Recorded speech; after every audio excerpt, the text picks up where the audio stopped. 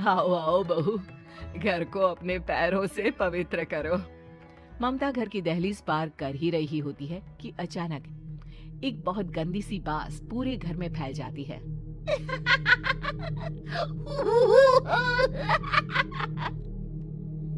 ये बदबू और ये आवाजें, ये कौन हंस रहा है माँ? अब ये पड़ोसी ना हमारे थोड़े अलग से है। कहाँ हम शाकाहारी और ये मांस मच्छी खाने वाले। छोड़, तू ध्यान मत दे और गृह प्रवेश कर। और हाँ बहू, अपनी सास की एक बात हमेशा याद रखना, इन पड़ोसियों से तो कभी बात नहीं करेगी। अच्छे लोग नहीं है ये। अपनी सास की ये बात मानेगी ना बेटा? हाँ माँ, जो आपकी मर्जी, मैं उनसे बात नहीं करूंगी। अगले दिन प्रिया अपनी पहली रसोई बनाने रसोई घर में जाती है। ये छोकी बात तो नाक में जा रही है। एक काम करती हूँ, खिड़की खोल देती हूँ। प्रिया खिड़की खोलने जाती है। इतने जाले, लगता है इस खिड़की को कभी खोला ही नहीं गया। पर ऐसा क्यों? ओह, नॉन वेज की स्मेल आती होगी ना। 2 मिनट के लिए खोल लेती हूँ, फिर बंद कर दूंगी। प्रिया खिड़की खोलती है। खिड़की खोलते ही उसकी नजर सामने वाले घर की खिड़की पर पड़ती है, जहाँ एक लड़की खड़ी होती है। हाथों में मेहंदी, लाल रंग की साड़ी, बिल्कुल सजी धजी, मानो प्रिया की तरह ही वो भी नई नवेली बहू हो। वो प्रिया को देखकर मुस्कुराती है। हे भगवान, माँ ने तो इनसे बात करने को मना किया था।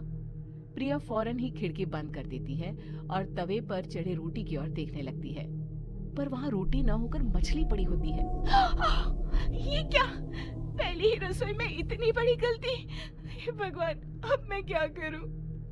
प्रिया बहुत डर जाती है और फौरन रसोई की सफाई करने और फिर सभी के लिए खाना बनाने लग जाती है। जब वो सबको खाना परोसती है, सब तो ठीक है, मैं बेकार में चिंता कर रही थी। हे भगवान, ऐसे ही बस अपनी कृपा बनाए रखना। रात के वक्त जब सब सो रहे होते हैं, तब प्रिया को पायल की आवाज सुनाई देती है, जिससे उसकी आंख खुल जाती है। ये पायल की आवाज कहाँ से आ रही है? प्रिया उठकर उस आवाज के पीछे छत की सीढ़ियों तक जाती है। तभी उसे बच्चे के रोने की आवाज आती है। प्रिया छत पर जाती है तो क्या देखती है? वही लाल साड़ी वाली लड़की अपनी गोद में एक नवजात बच्चे को घुमा घुमा कर सुला रही है। तभी प्रिया की नजर उसके पेट पर पड़ती है। ओह गॉड, ये तो प्रेग्नेंट भी है। सुनिए, बच्चा सो नहीं रहा है क्या? मैं कुछ मदद करूं?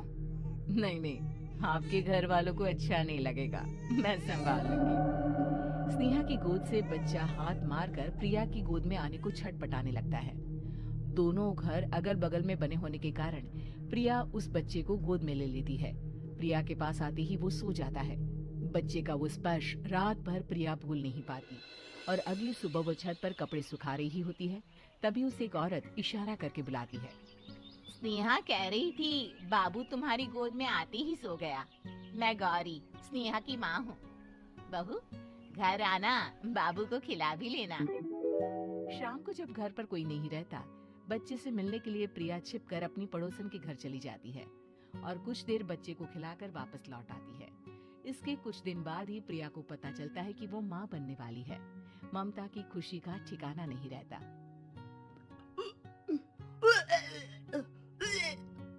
माँ जी, पता नहीं क्यों उल्टी आ रही है। प्रिया भागती हुई वॉशरूम में जाती है तो हरे और लाल रंग की उल्टी करती है। उस उल्टी में से कीड़े निकलते हैं। ये क्या? खून और ये कीड़े! माँ! माँ! प्रिया की आवाज सुनकर ममता दौड़ कर आती है, पर बेसिन में कुछ नहीं होता। प्रिया हक्की बक्की रह जाती है। ये सब क्या हो रहा है? प्रिया घबरा जाती है और अपने कमरे में जाकर सो जाती है। डर के कारण वो इतनी थक जाती है कि उसकी आंख लग जाती है। तब उसे ऐसा लगता है उसके पेट पर मानो कोई बैठा हुआ हो। कौन हो? प्रिया के पेट पर एक 5 महीने की बच्ची बैठी हुई थी, जो बुरी तरह जली हुई थी। माँ, तुम ही मुझे लाई ना अपने पेट में? मैं तुम्हारी माँ नहीं हूँ। कौन हो तुम? माँ, देखो मैं जल गई बुरी तरह से। 6 महीने पेट में रहने को भी मुझे नहीं मिला। सिला दो ना माँ। बचाओ! ममता दौड़कर कमरे में आती है। प्रिया की बातें सुनकर वो सब समझ जाती है। तू कहीं बगल वाले घर में तो नहीं जाकर आई ना बहू? मुझे माफ कर दो, मैं गई थी माँ। उस घर में सब मरे हुए हैं बहू।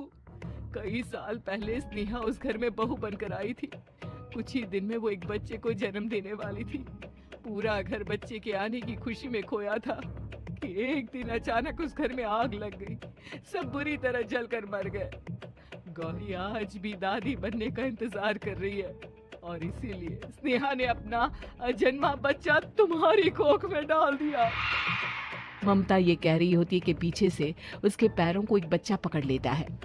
दादी, दादी। माँ, स्नेहा की गोद में यही बच्चा था। ये बच्चा कौन है फिर? तेरी मौत है। तेरी भी दादी। जिस चीज का ममता को डर था वही हो गया। ममता निवास के ऊपर मौत ने चादर बिछा दी थी। प्रिया का पेट ऐसे बढ़ जाता है मानो 9 महीने का हो। 2 हाथ उसके पेट से बाहर निकलते हैं। बहू, संतोष को फोन कर, किसी पंडित जी को बुला बहू। प्रिया का पति भागता हुआ घर आता है। ये तो होना ही था माँ। तेरा बाप तेरे सामने आ गया तो तू सह नहीं पा रही है। स्नेहा घर में आग लगी नहीं थी, माँ ने लगाई थी, प्रॉपर्टी की लालच में। और वो बच्चा मेरी पहली पत्नी का बच्चा है, मेरा बेटा, जो कि उस आग की चपेट का शिकार हो गया था। मैंने तुमसे ये सब माँ के कहने पर छुपाया था। मुझे माफ कर दो प्रिया। तुम अगर चाहो तो यहाँ से जा सकती हो।